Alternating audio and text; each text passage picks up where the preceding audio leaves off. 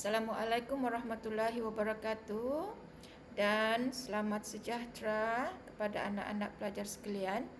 Okey, seperti yang saya janjikan, kita bertemu kembali dalam bahagian kedua bab 9 asas pengaturcaraan. Okey, kita imbas kembali definisi asas pengaturcaraan. Okey, apa itu asas pengaturcaraan? Ia adalah satu konsep dan kemahiran asas yang perlu difahami sebelum menulis aturcara komputer. Okey, seperti yang saya cakap sebelum ini, ia merangkumi perkara-perkara seperti berikut. Okey, konsep algoritma iaitu langkah-langkah penyelesaian masalah. Okey, struktur kawalan, sequence, selection, repetition, pemboleh ubah dan jenis data, input dan output, sinteks asas bahasa pengaturcaraan, logik pengaturcaraan dan penyelesaian masalah. Okey, untuk video yang sebelum ini kita telah melihat subtajuk bahagian A dan B, dan untuk video kali ini kita sambung ke subtajuk bahagian C, iaitu menerangkan kelebihan penggunaan pemalar bernama name constant dan D menerangkan pengaturcaraan berstruktur dan berorientasikan objek OOP. Okey, seperti biasa, untuk lebih memahami tentang tajuk ini, marilah kita sama-sama menyaksikan video pembelajaran ini. Hello dan selamat datang. Hari ini kita akan menyelam dari satu baris kod yang simple sampailah ke falsafah besar di sebalik cara kita membina sesebuah program. Kita akan lihat macam mana nak ubah kod yang pening kepada sesuatu yang kemas dan cantik. Dan yang paling penting, kita akan faham macam mana cara kita berfikir, sama ada kita nak bina sebuah pondok kecil ataupun sebuah pencakar langit, semuanya bermula dari sini. Jom kita mula. Okey, cuba jujur. Pernah tak anda buka satu fail kod, mungkin kod yang kawan anda tulis, atau lagi parah, kod yang anda sendiri tulis 6 bulan lepas tu anda tenung skrin dan rasa macam, apa benda aku tulis ni? Macam tengah baca tulisan purba kan? Kita tahu ia berfungsi, tapi macam mana? Itu misteri Nusantara. Jangan risau, kita semua pernah lalui benda yang sama. Tengok contoh ni. Luas sama dengan 3.1416 darab 7 darab 7. Okey, kita yang biasa ni mungkin boleh agak, ni mesti formula luas bulatan. Tapi, apa tu 3.1416? Kenapa spesifik sangat? Dan nombor 7 tu apa pula? Jejari ke? Diameter? Kenapa ada 2 kali? Inilah yang kita panggil magic numbers, nombor-nombor sakti yang muncul entah dari mana. Benda ni memang mimpi neri kalau nak selenggara kod. Bayangkan kalau jejari tu kena tukar jadi 8 dan nombor 7 ni ada kat 10 tempat lain dalam kod. Alamatnya memang ada yang tertinggal nanti. Jadi untuk sesi kali ini, inilah rancangan kita. Mula-mula kita akan bincang kenapa penting sangat kod kita ni jelas. Lepas tu kita kenal dengan hero kita, iaitu pemalar bernama. Kemudian kita akan masuk ke bahagian yang lebih besar. Kita akan bedah 2 cara pemikiran utama dalam pengekodan, pendekatan berstruktur dan pendekatan objek. Akhir sekali kita akan buat perbandingan supaya lepas ni anda tahu nak pilih falsafah mana untuk projek anda. Okey, soalan pertama. Kenapa kita nak kena pening kepala pasal kod yang jelas? Janji program tu jalan cukuplah kan? Sebenarnya tak. Sebabnya mudah je. Kod kita ni lebih banyak dibaca orang berbanding masa kita menulisnya. Kawan satu tim anda akan baca. Bos anda mungkin akan baca. Dan yang paling penting, anda sendiri dari masa depan pun akan baca. Jadi, tolonglah permudahkan hidup future you tu. Dan untuk selesaikan masalah nombor-nombor sakti tadi, inilah penyelamat kita, pemalar bernama atau name constant. Senang cerita, ia adalah satu nilai tetap yang kita bagi nama yang senang faham. Daripada guna nombor misteri, kita bagi dia satu identiti yang jelas. Faedahnya memang banyak. Pertama, kod terus jadi senang nak faham. Kedua, ia kurangkan risiko kita tersalah type nombor. Dan yang paling best sekali, kalau tiba-tiba kita nak guna nilai pi yang lebih jitu, kita cuma perlu tukar kat satu tempat je. Tak payah susah-susah cari dan ganti kat semua tempat. Penyelenggaraan jadi, lega.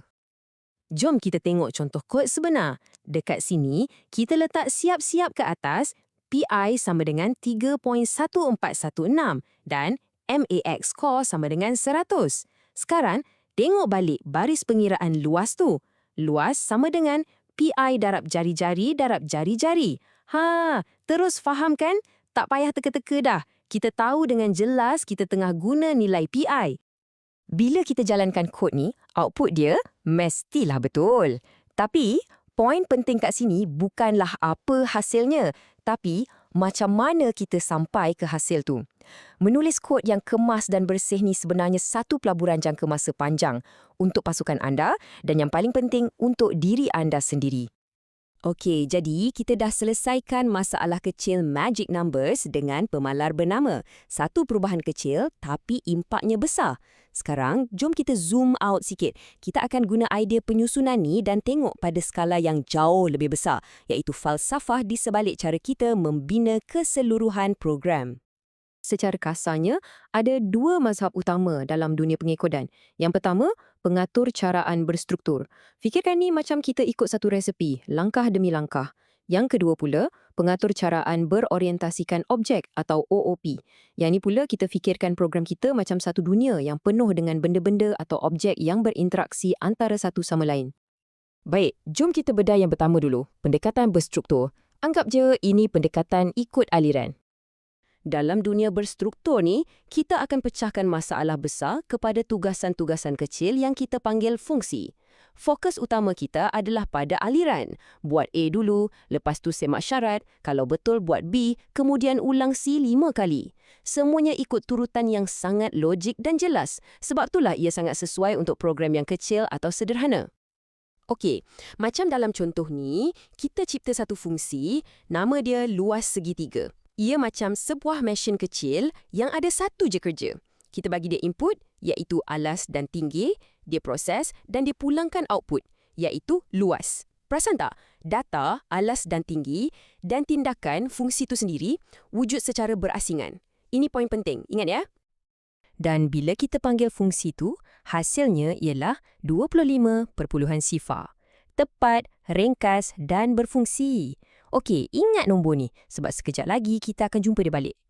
Sekarang, jom kita tukar topi dan pakai cara pemikiran yang sangat berbeza. Kita masuk ke pendekatan objek. Di sini kita bukan lagi sekadar ikut arahan, tapi kita membina sebuah dunia mini dalam kod kita.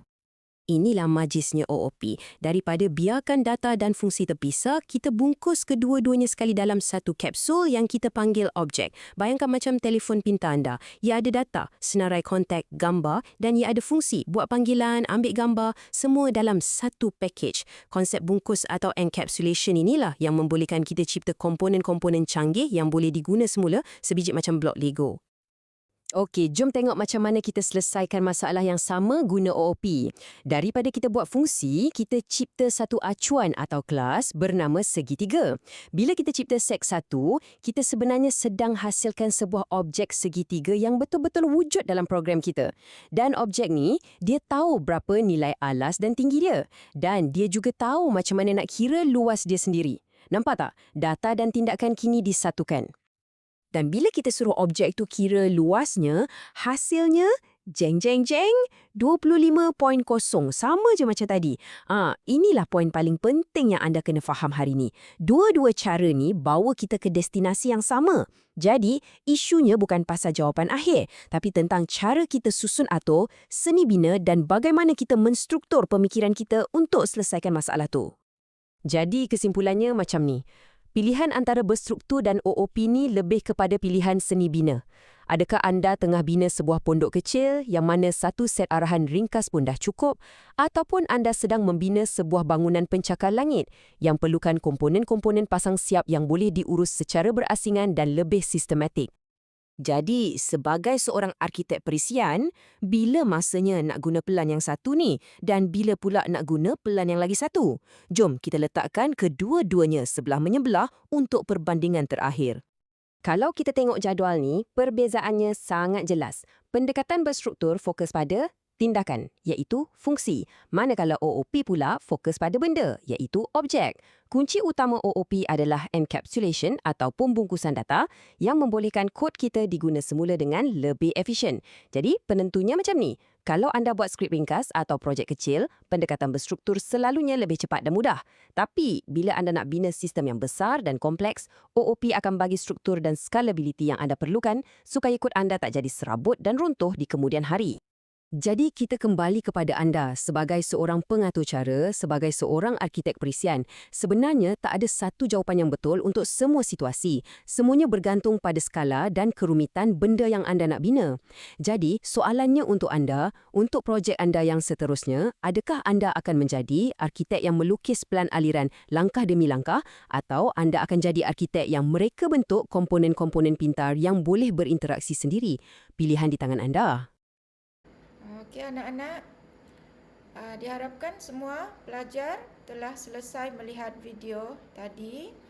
Okey, dan setelah selesai melihat video tadi, sepatutnya semua pelajar telah dapat menerangkan kelebihan penggunaan pemalar bernama iaitu name constants dan dapat menerangkan pengatur cara berstruktur dan berorientasikan objek OOP.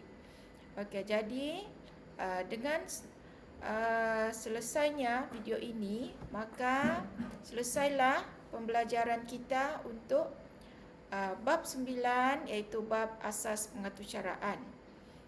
Okey, dengan itu saya akhiri dengan Assalamualaikum warahmatullahi wabarakatuh dan selamat sejahtera. Bye.